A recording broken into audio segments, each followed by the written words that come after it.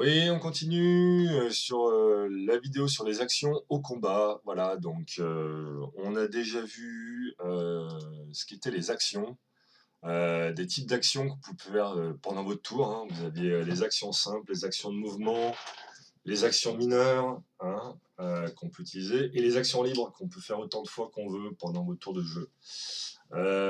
Ensuite, il y a les actions qui se font hors tour de jeu. C'est les actions d'opportunité.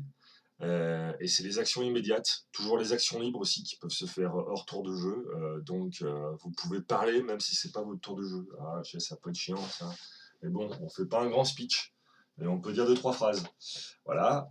Donc on n'est pas simplement. On peut pas être totalement, complètement passif, hein, pendant le combat.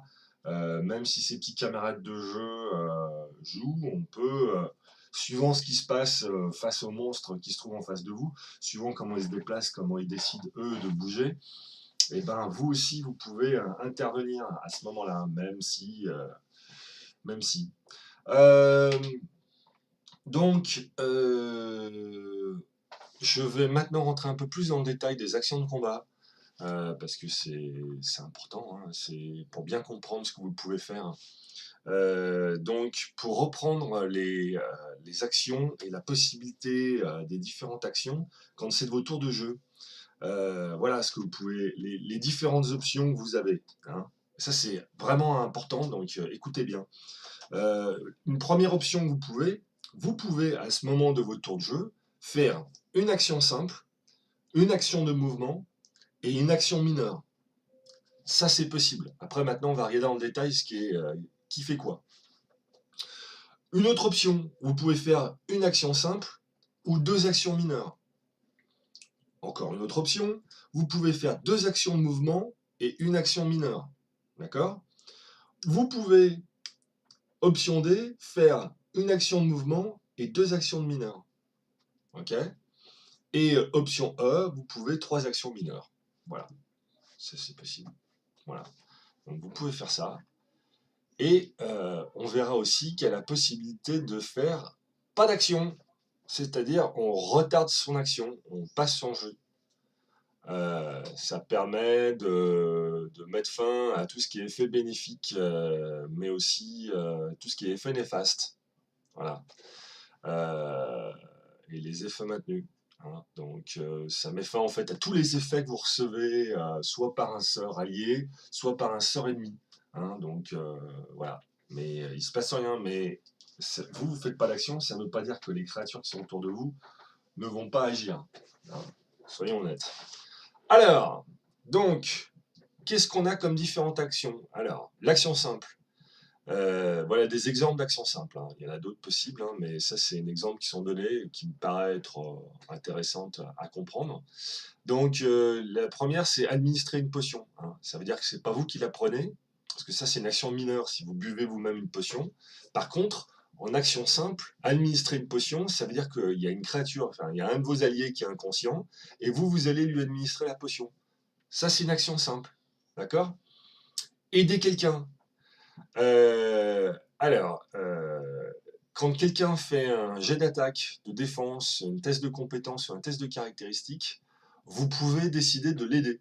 Mais ça vous prend une action simple. Euh, Ça va être par exemple un test de force par rapport une classe d'armure de 10, hein. Donc ça va donner un bonus de plus 2 à la personne qui fait son jet d'attaque. C'est-à-dire que vous l'aidez et si vous réussissez votre jet, vous lui donnez plus 2. Voilà. Ensuite, l'attaque de base. Bon, bah, c'est ce qu'on a vu, hein, c'est l'attaque classique, c'est force contre la classe d'armure. Ou c'est si vous êtes à distance, si vous tirez par exemple avec une arbalète ou un arc, c'est la dextérité contre sa classe d'armure, hein. Euh, on verra aussi que pour les magiciens, on a ce qu'on appelle projectile magique. Normalement, dans son projectile magique, il est indiqué qu'est-ce qu'il fait, hein. Normalement, c'est intelligence contre vigueur ou contre, je ne sais plus exactement, mais bref. C'est indiqué à chaque fois dans votre pouvoir. Quel est le test que vous devez réaliser. Une bousculade, c'est-à-dire vous poussez la cible d'une case. Vous avez quelqu'un en face de vous, vous avez décidé de le pousser. Donc, par exemple, on peut imaginer quelqu'un se met derrière, avance en silence et pousse un adversaire au guerrier, typique.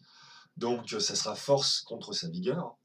La charge, ça c'est très bien la charge parce que vous chargez, on attaque, ok. Donc là, on a l'avantage du déplacement plus l'attaque au corps à corps. Donc là, on a un bonus de plus 1 en jet d'attaque, hein. Donc ça, c'est très bien. Donc après, vous allez faire, dans un corps à corps, ça sera la force contre la classe d'armure, hein, classique. Et donc, vous aurez plus 1 sur votre jet grâce à votre charge.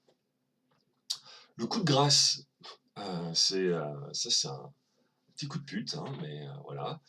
Euh, vous attaquez un adversaire sans défense, c'est-à-dire que vous menez une attaque classique qui est l'égale d'un coup critique. Si les dégâts sont plus ou moins égales à la valeur de péril de la cible, hein, alors la valeur de péril, on va voir ça après, mais la valeur de péril, c'est la moitié de vos points de vie. D'accord.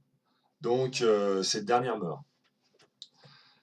Donc ça, c'est normalement les gens qui sont des personnages bons, loyal bons, ils ne font pas ça. Mais des créatures un peu mauvaises, bah, ils peuvent. Voilà, la défense totale. Ça veut dire que vous n'attaquez pas, mais vous vous mettez en position de défense. Ça vous donne un bonus de plus de 2 à toutes vos défenses. Ça, c'est très bon, ça. L'étreinte. Donc, vous saisissez une créature à bras le corps et l'empêchez de se déplacer. Alors, il y a des limitations pour ça. La créature que vous devez faire, elle doit être d'une taille qui est soit plus petite, soit égale à la vôtre, soit juste d'une taille supérieure à la vôtre. Mais par exemple, si vous tombez face à un géant qui est vraiment d'une taille supérieure, hein, parce que les tailles c'est petite, moyenne, grande, très grande, voilà. Oubliez, il n'y a pas moyen, vous ne pourrez pas le ceinturer et être capable de l'empêcher de se déplacer. Donc là, vous allez faire un jet de force contre son réflexe. Prendre ou ranger un bouclier, ça c'est pareil, c'est une action simple. Préparer son action. Alors ça, c'est quelque chose qu'il faudra revoir un petit peu, mais vous pouvez décider à l'avance de préparer son action et décider ce que vous allez faire. C'est un peu, moi je trouve que c'est un petit peu de la branlette, mais bon. Le second souffle, ça vous allez voir, c'est quand vous êtes bien blessé, vous avez la possibilité donc de dépenser ce qu'on appelle un point de récupération. Donc je fais un point là-dessus parce que c'est super important. Vous avez des points de récupération qui sont liés à je crois, votre classe. C'est indiqué dans la classe où... Oui, c'est ça, c'est la classe. Alors, je vais prendre l'exemple du guerrier. On a la récupération par jour. On a 9 plus le modificateur de constitution. Alors ça, c'est très bien. Parce que à chaque fois en fait que vous êtes dans un moment où vous perdez des points de vie, pardon, vous avez la possibilité de craquer un point de récup. Hein. Alors le guerrier, donc il en a 9 plus un modificateur de constitution, en imaginant qu'il a 16 en constitution, ça doit lui faire plus 3. Donc ça fait 9 plus 3, ça fait 12. Donc il peut utiliser 12 fois ça, craquer son point de récup, et ensuite ça va lui permettre de retrouver une partie de ses points de vie. Et il aura un bonus, quand il utilise second souffle, il aura un bonus de plus 2 en défense. Mais ça, le second souffle, ça peut s'utiliser qu'une fois par rencontre. Ça veut dire que vous avez perdu un certain nombre de points de vie et vous décidez, j'utilise mon second souffle. Et à ce moment-là, bam, vous récupérez des points de vie, vous perdez un point de récupération, vous récupérez les points de vie et vous avez un bonus de plus 2 en défense. Voilà. On reviendra sur ces détails-là un peu plus tard, hein, parce que ça c'est super important.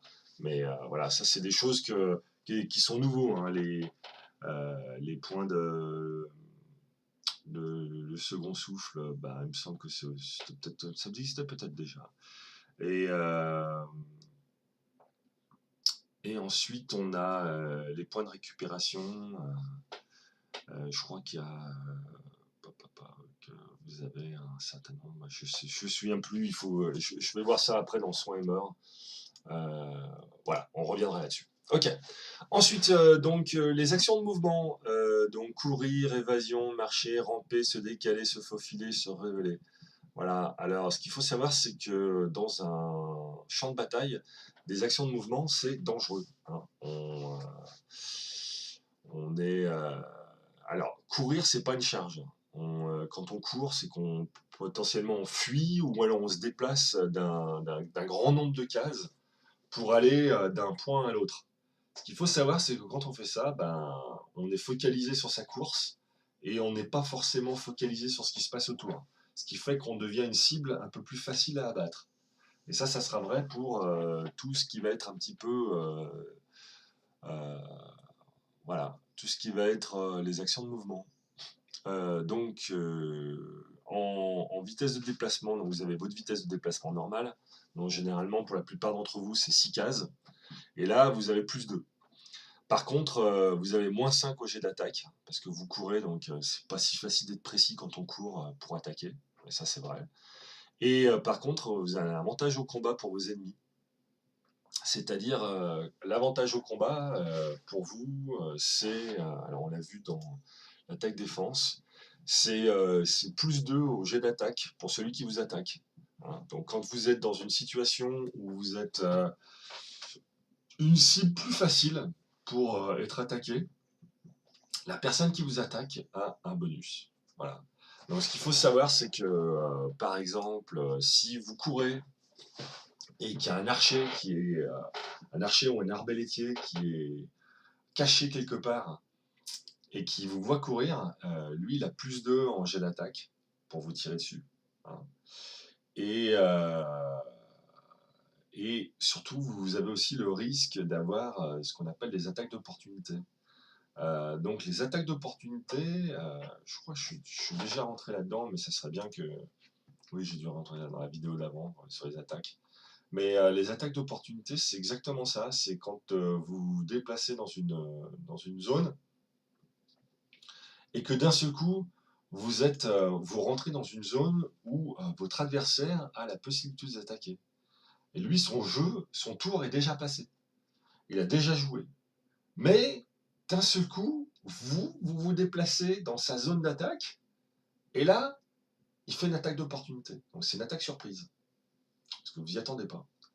Et donc, c'est quelque chose que vous aussi, vous pouvez faire, hors tour.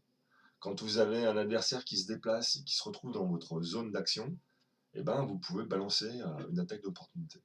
Voilà. L'évasion, donc pour être capable de... Il faut faire soit un test d'acrobatie par rapport au réflexe, soit un test d'athlétisme par rapport à la vigueur. Voilà. Donc à voir quel est pour vous le plus intéressant en fonction de si vous avez choisi une de ces compétences. Marcher. Donc c'est dangereux de marcher sur un champ de bataille, ça paraît bien évident. Et donc vous êtes pareil aussi, vous avez des risques d'attaque d'opportunité.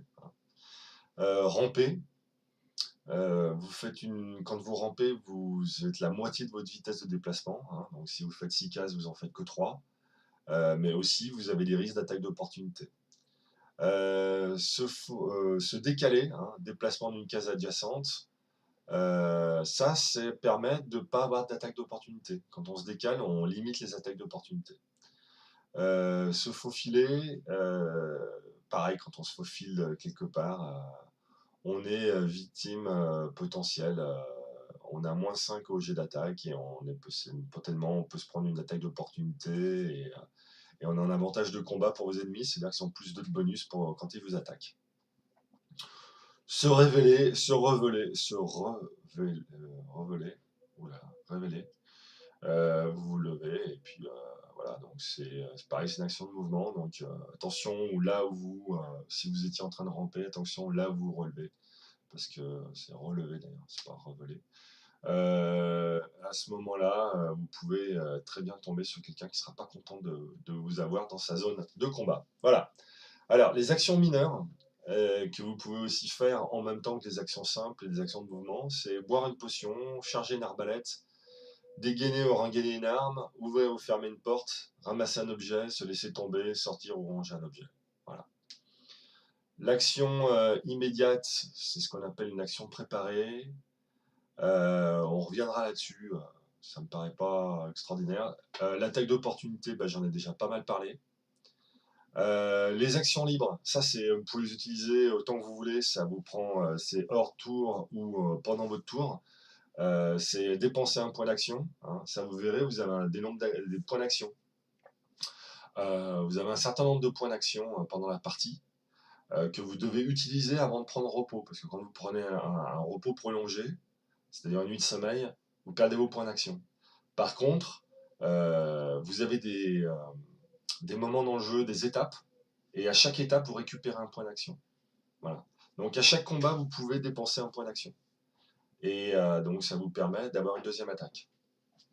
Vous avez lâché un objet, mettre fin à une étreinte, parler. Et aussi, comme j'ai dit tout à l'heure, c'était pas d'action, vous retardez son action. Voilà. Donc là, on a fait le tour un petit peu des actions. Je pense qu'on reviendra avant la partie là-dessus, parce que c'est quelque chose quand même qui est juste un peu important quand même à comprendre. Voilà, allez, ciao.